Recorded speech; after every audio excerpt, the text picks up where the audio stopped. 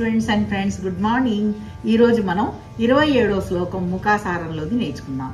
మా శిష్యులు ఇద్దరు కూడా నేను అంటున్నది రిపీట్ చేస్తారు, మీరు కూడా నేర్చుకోండి.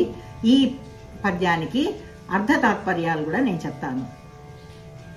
పరస్మా సర్వస్మాదపి చ పరస్మా సర్వస్మాదపి చ పరయోర్ముక్తికరయో పరయోర్ముక్తికరయో నకశ్రీభిర్జోత్స్నా నకశ్రీభిర్జోత్స్నా కలితతులయో స్తామ్రతలయో కలితతులయో స్తామ్రతలయో నిలీయే కామాక్ష్యా నిలీయే కామాక్ష్యా నిగమనుతయోర్నాకితనయో నిగమనుతయోర్నాకితనయో నిరస్త ప్రోన్మీలన్నళిన నిరస్త ప్రోన్మీలన్నళిన మదయోరేవ పదయో మదయోరేవ పదయో మదయోరేవ పదయో మదయోరేవ పదయో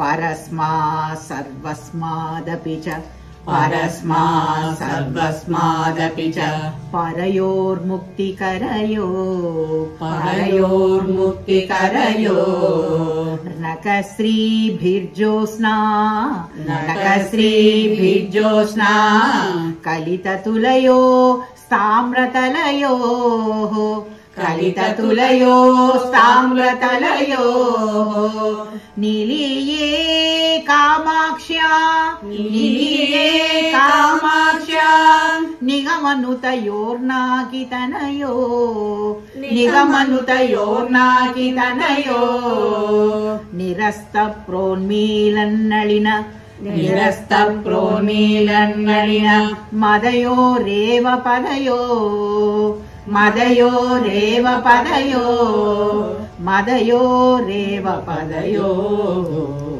మదయోరేవ పదయో. ఇప్పుడు దీని అర్థం తెలుసుకుందాం.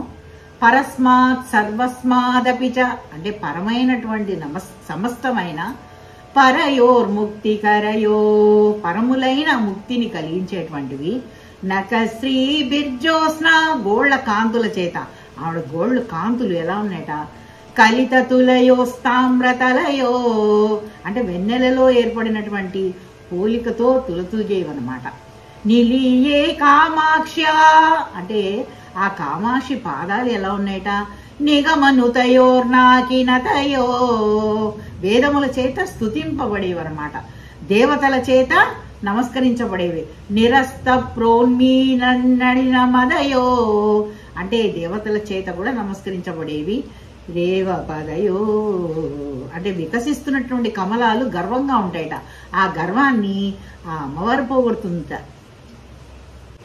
ఇప్పుడు ఈ 27వ పద్యానికి మనం తాత్పర్యం తెలుసుకుందాం.